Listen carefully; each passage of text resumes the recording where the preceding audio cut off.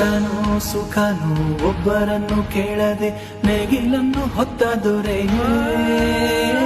ಧನಿಕನು ಶ್ರೀಮಂತನು ಎಲ್ಲ ಒಂದೇ ನಿನಗೆ, ನಿನ್ನ ಸಮ ಯಾರೋ ಪ್ರಭುವೇ.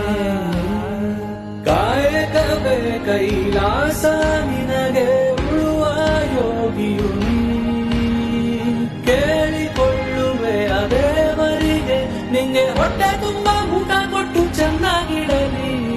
ರೈತ ಕಲಿಯುಗ ಕಾಮಧೇನು ರೈತ.